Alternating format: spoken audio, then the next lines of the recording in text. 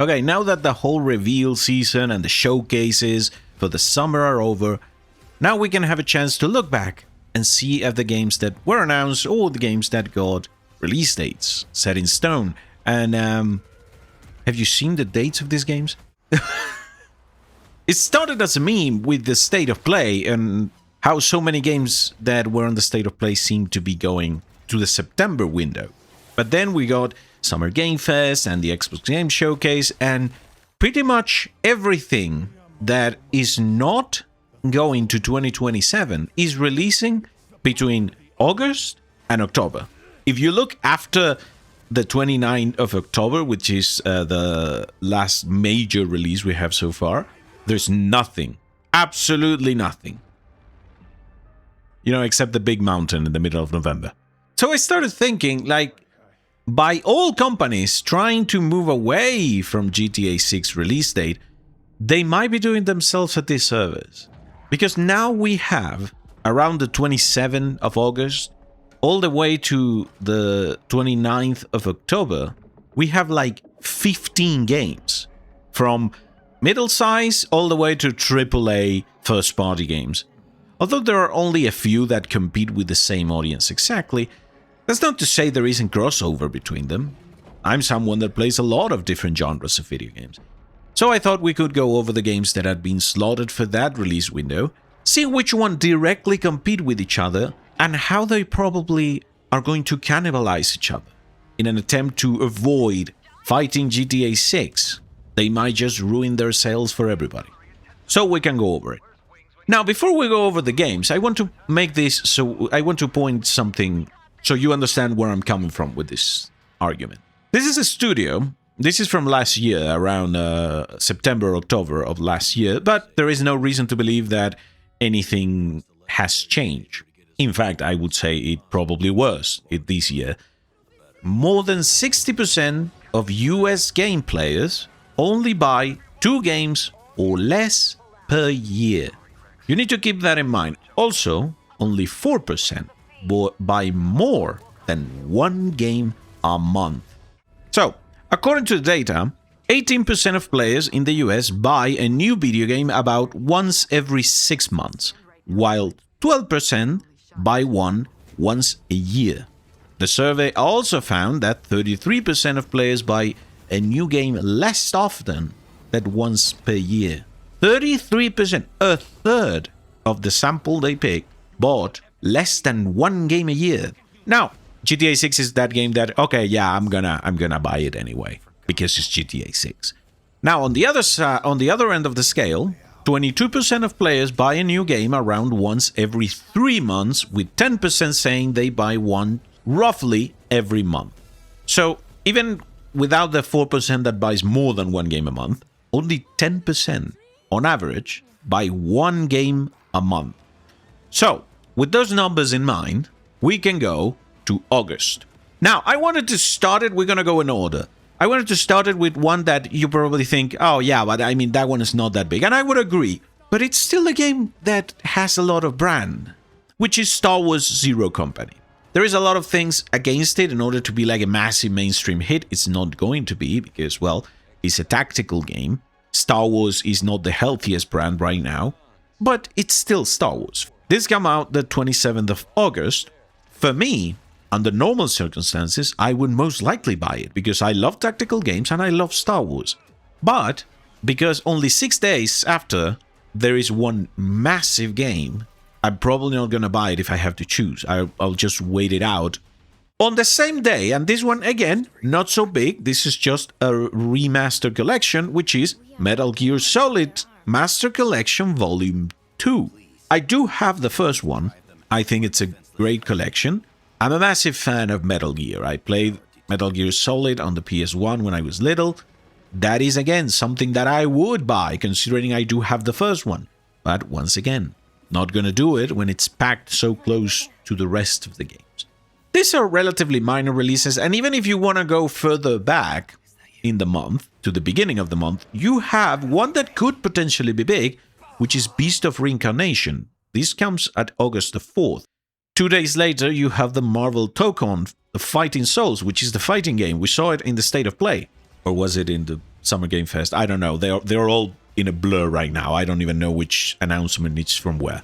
But those are two big games. Now, they're different enough from each other that they're probably not overlapping a lot of customers. The issue begins when we go to September. And right off the bat, like I said, 6 days after Zero Company, The Blood of Dawnwalker. Now, I've glazed this game in in other videos. In fact, I included it in my video at the beginning of the year, my most anticipated games of the year. And it's a game I am pretty excited for. That one is coming on September the 3rd. And there is a lot of talk about it. So this game could have one of the biggest problems with this spec release. Because this is a story-driven, third-person action game. Very similar to The Witcher, if you will. On September 15th, we have the big one of this point, which is Marvel's Wolverine. That one, in my opinion, could share quite a bit of player base with Blood of Dawnwalker. Now, from all the games in this part, I believe Marvel's Wolverine is the one that has more mainstream appeal before GTA 6. So Wolverine is probably the one that it's gonna do the best. But if you put Blood of Dawnwalker and Wolverine, people that would buy both probably are gonna choose Wolverine. It's a very recognizable brand, very recognizable character, and it's, of course, coming from Insomniac, who made these Spider-Man games that are extremely popular. It's a good track record for the studio. If you're gonna bet new IP with a relatively new studio, or established IP with a studio with a very good track record. 2 days later, and I included this one here for the people that are fans of RTS games. Like I said, I pretty much play almost every genre. RTS, I love them since I was little, and I played Age of Empires 2 to no end. Warhammer 40k, Dawn of War 4. Also put it in my video of my most anticipated games. Now, this one is not going to take players from Wolverine or Dawnwalker. It's a completely different genre, even if people would buy both. So I believe this one can survive it. But on the same day, we have the first Nintendo game, Fire Emblem Fortune's Weave, which, again, they have decided to throw right in the middle. There is a little thing about Fire Emblem. It's going to be $80. So Nintendo thinks that, well, their fans are idiots. Personally, I love Fire Emblem, but I'm not going to buy this one. Still, I don't think that one is going to be too affected by it. This next one probably will. Silent Hill Townfall. I don't know if this... I mean, in terms of the type of game it doesn't compete directly to Wolverine, but I'm willing to bet that a lot of players that buy Wolverine would buy the Silent Hill game. And I think it will also suffer from it. But more baffling is that the very same day, Control Resonant is releasing. The sequel to Control, one of the defining games of the previous generation, because it was a new IP, it was very successful, they put it everywhere. But now they've thrown the sequel right to the wolves. If I was a betting man, and I am not, I would bet your ass that there is a lot of overlap between Wolverine and Control Resonant. If fans would have to choose, they're picking Wolverine. And that one is only coming 9 days. The vast majority of people are not even going to be finished with Wolverine. We don't know the length of the game, but if it's like Spider-Man between 20 and 40 hours, most people are not even done with Wolverine at that point. And then you're going to ask them to pay $70 more? I think Control Resonant is going to suffer heavily in this slot window. And then we have another big one. The very next day, you have Onimusha Way of the Sword. I am really looking forward to this one. And while it may not be the same focus as Wolverine, which is narrative-driven, even if it's still third-person action, Onimusha is more akin to a Souls game. This one I really don't know. If I put it against Wolverine and people have to choose between the two, most people are going to choose Wolverine. Onimusha could survive with a more niche audience. It doesn't need massive mainstream appeal. Control does, which is why it could be a problem. Of course, there are more games releasing, but those are the ones that I think are the biggest one. Now, moving to October. October the 2nd, you have Ace Combat 8. That is a big one. Ace Combat always sells. It's like Monster Hunter, a smaller, but it always sells a lot. And that's important for the next game, which you could argue probably doesn't have as much crossover on October the 6th is Star Wars Galactic Racer. While I would say it has more mainstream appeal than Zero Company, mostly because the old Star Wars Episode 1 Racer was so good, I think this is one that is going to suffer a lot, especially because you have Ace Combat 8. So for people that even buy multiple games in this period, the problem is that Star Wars Galactic Racer is a full price game. Well, it's $60, but I think that's going to hurt it. And on the very same day, Gears of War E-Day. Now, this one is not coming to PlayStation 5 that we know of so far. It's coming to Xbox and PC. Then we have a 10-day window, and then you have one that I have no idea what it's doing in this time slot. Honestly, which is Call of Duty Modern Warfare 4. This was announced only recently, and it's set to release in October the 23rd. Listen, you have games that have more niche audiences, games that have massive, insane, incomparable mainstream appeal, because that's the one that your aunt that has no clue of video games gives you. And while they may be a lot different, there is a lot of overlap between GTA 6 and Call of Duty. Normal people, those are the people that make Call of Duty sell tens of millions of copies even when the game is shit, like Black Ops 7. Those same people buy GTA, they buy Call of Duty. I don't know, man. I don't know. It feels it's too close. Because, let's be honest, it's not going to affect the sales of GTA 6, but could affect the sales of Call of Duty.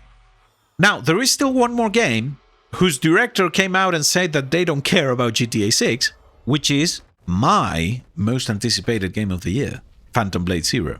I'm gonna be honest, I think they're doing a very good job, because the previous release date was September the 9th. That would have put it right between Marvel's Wolverine and The Blood of Dawnwalker. While this is more or looks more like a Souls-like than the others, it's still a similar game. It's a third-person action game. And Wolverine is gonna eat that slot. I'm gonna be honest, I think they have a better chance closer to GTA 6 than they did between the other games in September. That's my wild guess. That they have a better shot at success before GTA 6. Because by this point, you don't have something very similar before it. And between Call of Duty and Phantom Blade Zero, I don't think there is a lot of overlap.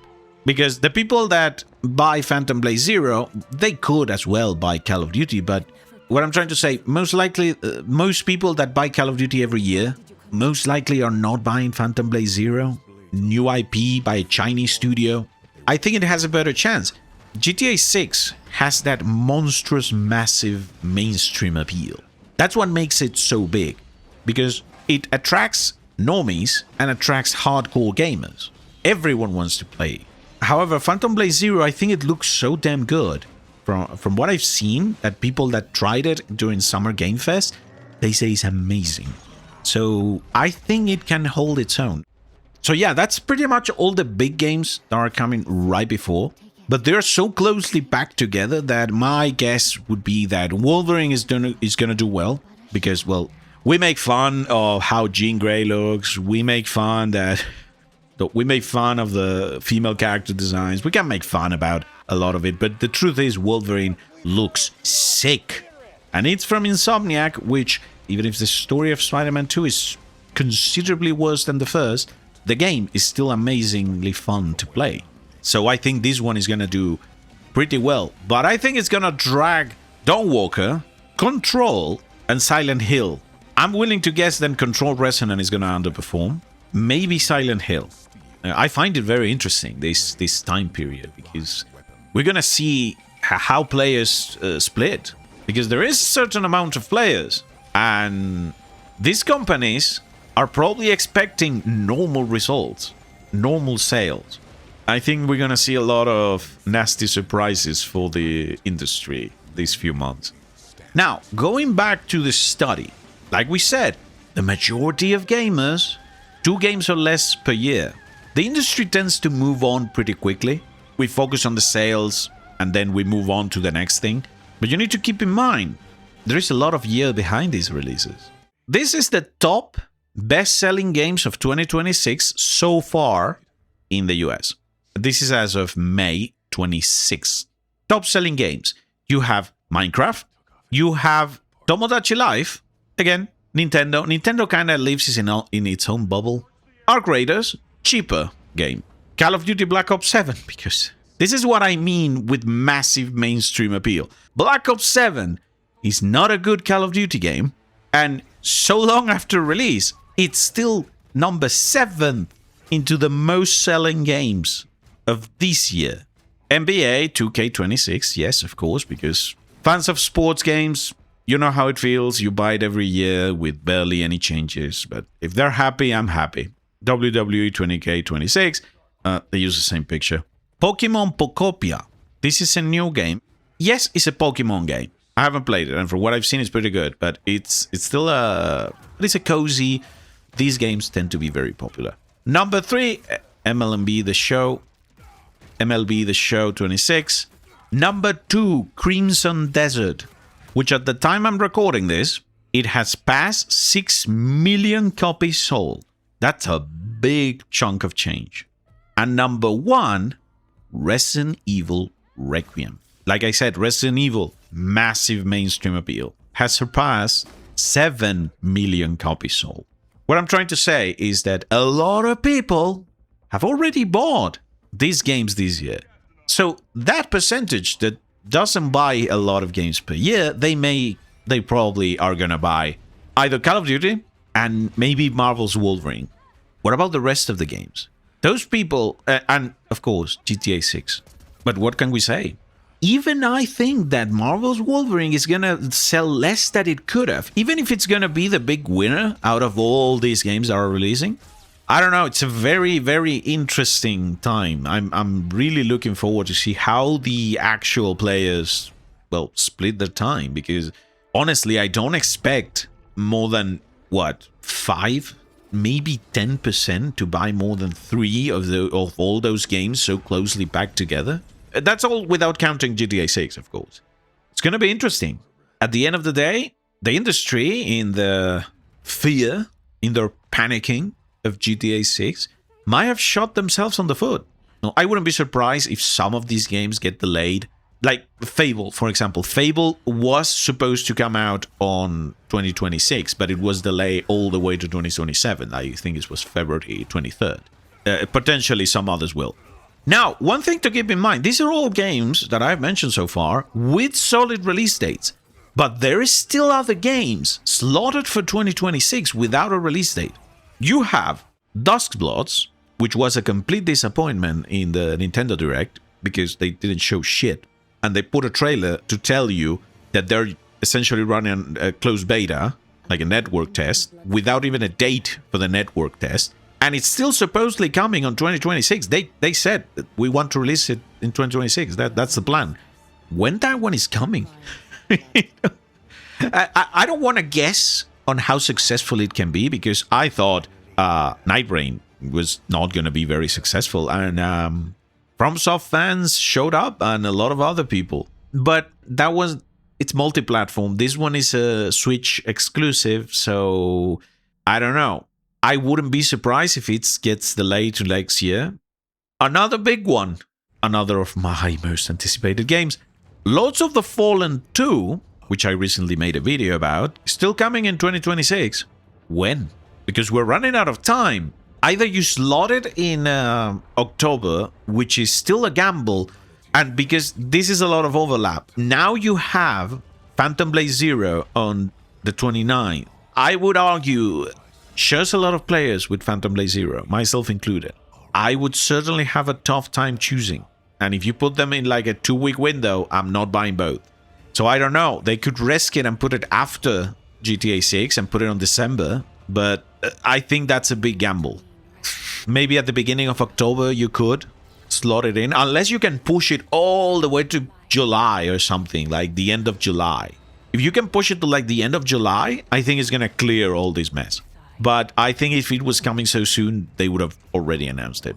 Maybe they're trying and I'm still not sure. And there is one more big game, which is a remake, yes, but it was announced in the Nintendo Direct, which is, of course, the Ocarina of Time remake. Now, the secret that was no longer a secret because everyone knew that it was coming at some point, and there was a lot of rumors that it was being developed. It was finally announced in the Nintendo Direct with a very short cinematic trailer.